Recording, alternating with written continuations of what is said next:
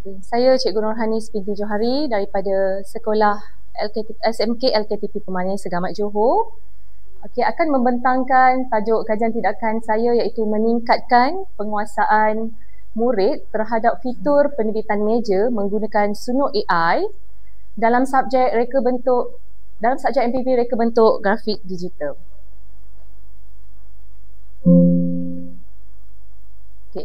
Baiklah, pada peringkat pertama saya memperkenalkan dahulu. Okey, untuk kajian ini saya melibatkan murid tingkatan 5 bakti yang seramai 19 orang. Okey, untuk membuat modul 6 penerbitan meja subjek reka bentuk grafik digital. Okey, hasil pemerhatian awal saya pada kelas yang pertama saya jalankan, mereka kelihatan agak tidak fokus, tidak faham dan mengantuk. Disebabkan kelas saya selalu berada di waktu petang, bermula jam 1 sehingga 3. Jadi mungkin itu adalah salah satu faktor lah. Okay? Jadi apabila saya mengajar ketika itu, mereka ramai yang tidur ataupun hanya melihat saya dengan pandangan yang kosong. Okay, jadi apabila saya mengajar, saya dapati mereka tidak dapat pun mengaplikasikan apa yang saya ajar. Pada peringkat pertama, saya hanya menggunakan buku teks, okay, dan projektor lah. Okay, jadi guru memperkenalkan lagu Suno AI sebagai strategi hafalan berdasarkan mnemonik. Okay, kaedah ini menggabungkan elemen audio, visual dan juga amali. Okey, bagi refleksi kelas sebelum ini, okay, ada 4 poin yang saya akan terangkan. Pada poin yang pertama adalah pemerhatian semasa PDPC berlangsung. Semasa PDPC berlangsung, murid kelihatan tidak peka dengan apa yang saya sampaikan dan kurang menguasai fitur penerbitan meja itu sendiri. Okey, yang kedua, saya dapati mereka sukar untuk mengenal pasti dan mengingat 8 fitur penerbitan meja oleh kerana mereka keliru dengan istilah. Okey, untuk pengetahuan, fitur penerbitan meja ini ada 8. Okey, ada 8 dan mesti diaplikasikan pada semua karya yang akan dihasilkan. Okey, yang ketiga, dapatan ujian pra murid pada kali pertama yang saya buat mendapati ramailah jawapannya lebih cenderung kepada salah berbanding betul. Okey, dan yang keempat, saya memikirkan untuk membuat intervensi menggunakan lagu Suno AI dan kaedah ini saya harap dapat membantulah. Okey, kenapa saya menggunakan Suno AI? Salah satu faktornya adalah setiap kali kelas saya akan beri mereka tugasan amali. Semasa tugasan amali berlangsung, selalunya mereka akan meminta saya membuka lagu. Cikgu bukalah lagu. Sebab kita dah petang kan, jadinya mungkin dia akan rasa mengantuk bila suasana kelas tu senyap. Jadi dia minta saya membuka lagu. Bila saya membuka lagu, saya nampak mereka lebih aktif, lebih bersemangat. Jadi saya memikirkan mungkin ada kaedah yang sesuai lah yang saya dapat jalankan. Salah satunya ni lah kaedah Suno AI. Okay.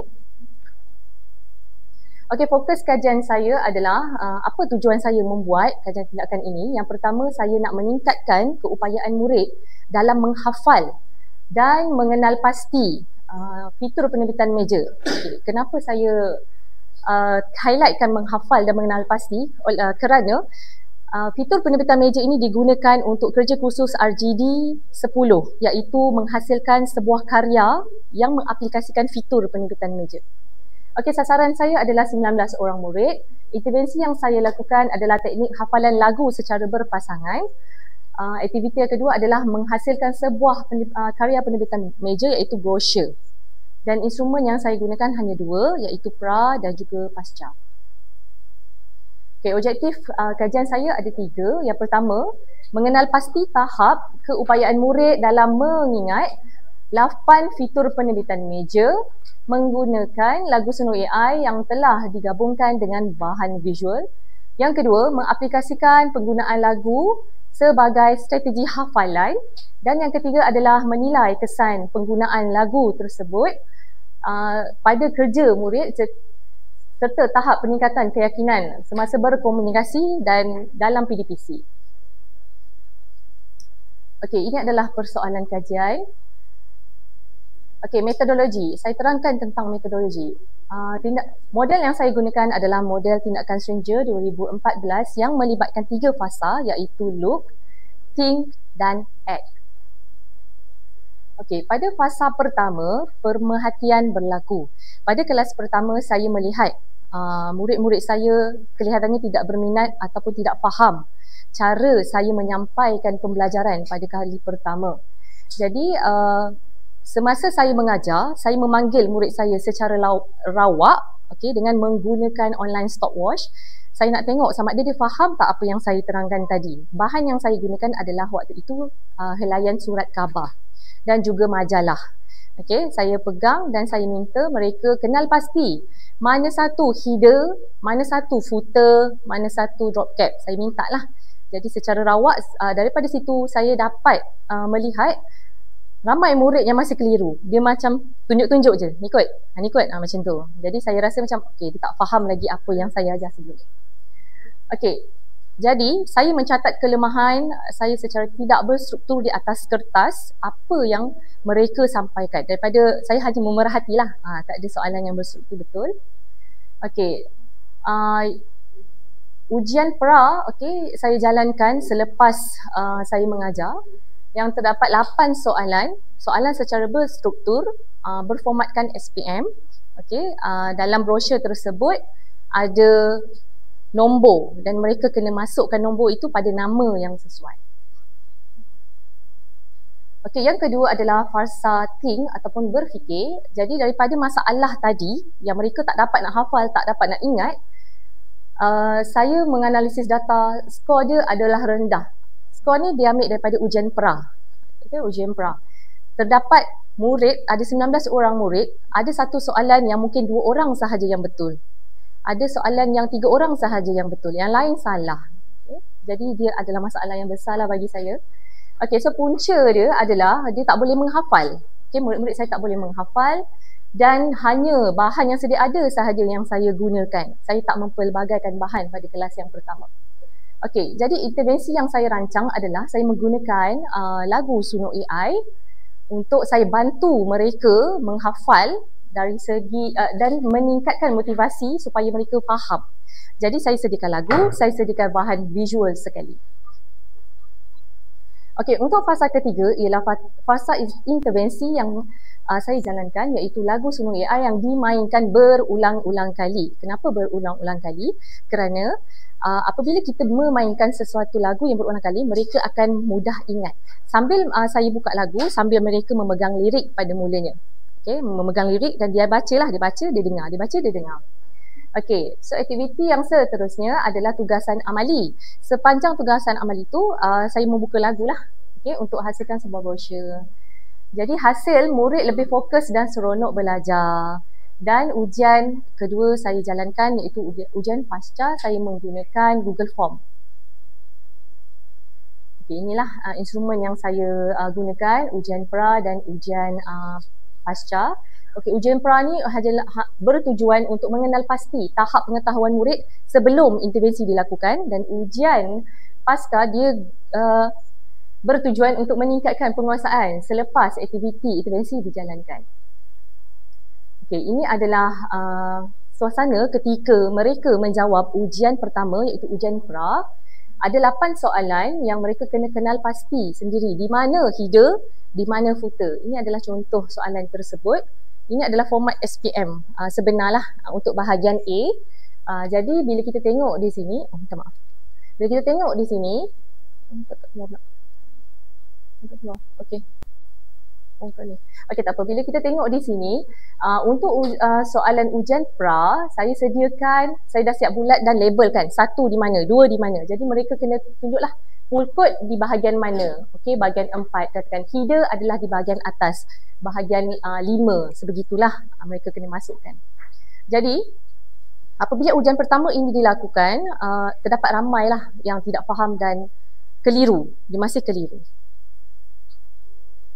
Okey, seterusnya saya memperkenalkan intervensi yang pertama iaitu mempelajari dan mengingat 8 fitur penerbitan meja melalui lagu, helaian lirik serta contoh karya seperti majalah, brosur dan juga surat khabar. Okey, So ini adalah gambarnya lah. Saya menerangkan semula dan murid mendengar lagu sambil mencari di mana. Sebab lagu tu nanti saya akan mainkan. Jadi kita boleh tengoklah sama-sama. Okey, yang kedua aktiviti ini adalah murid menghafal lirik lagu menggunakan aplikasi Suno AI. Okey, baiklah cikgu. Yang ini adalah aplikasi Suno AI yang saya beri kepada murid untuk murid tengok. Bukannya saya buat lagu, tapi saya nak tahu lagu tu datang daripada mana. Macam tu. Jadi saya bawa mereka ke makmal komputer sebentar untuk saya paparkan macam manalah generate lagu daripada Suno AI tersebut. Jadi kaedah pembelajaran ini menggunakan teknologi digital AI dan komputer bagi membantu proses pembelajaran murid sendiri. Boleh dekat yang lelaki kat bawah ni ada video sebenarnya. Ada sikit je cikgu saya tunjukkan. Dapat tak? Dekat yang yang boy tu. Tak ada. Oh tak boleh. Betul. Oh tak boleh. Okey, tak apa. Nanti saya lah. Okey, saya ada video yang murid di hujung sana dia tengah seronok. Seronok menghafal lah. Okey, tak apa. Nanti saya teruskan. Slide.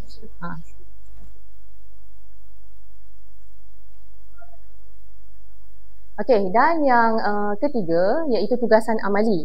Okey, tugasan amali ini murid menghasilkan brosur dengan mengaplikasikan 8 fitur penerbitan meja. Okey, yang ini apabila mereka sudah bernyanyi, sudah menghafal, jadi saya bagi dia tugasan amali mensiapkan brosur hands on cikgu. Kenapa saya bagi hands on? Sebab saya nak biasakan murid menulis. Murid saya ni dia kena tulis baru dia ingat. Kalau kita bagi dia tampal, dia akan mudah lupa.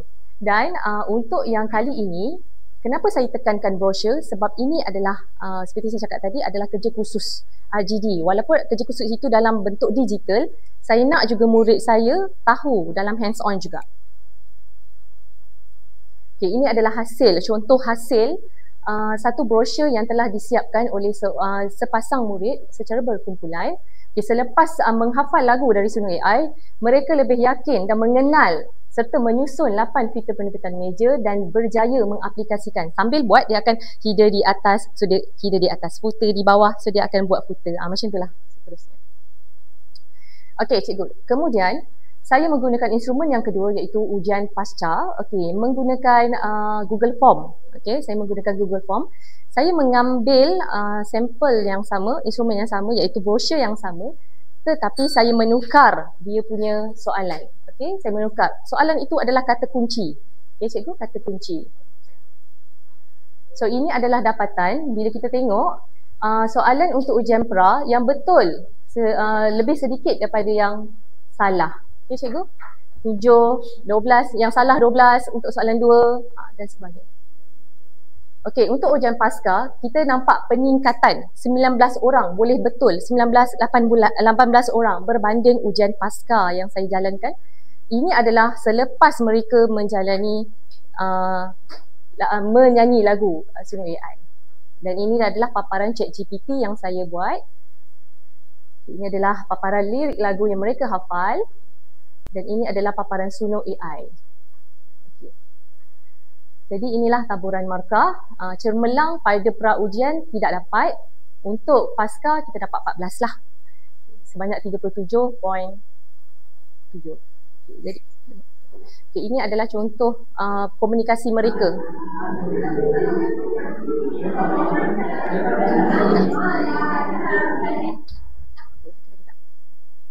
Okey, boleh tak saya paparkan lagu?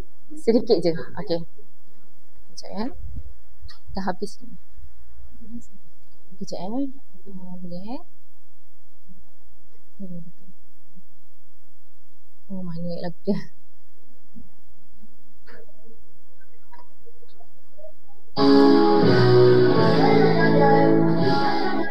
Sikit je lah. Sekejap. Dua je lah.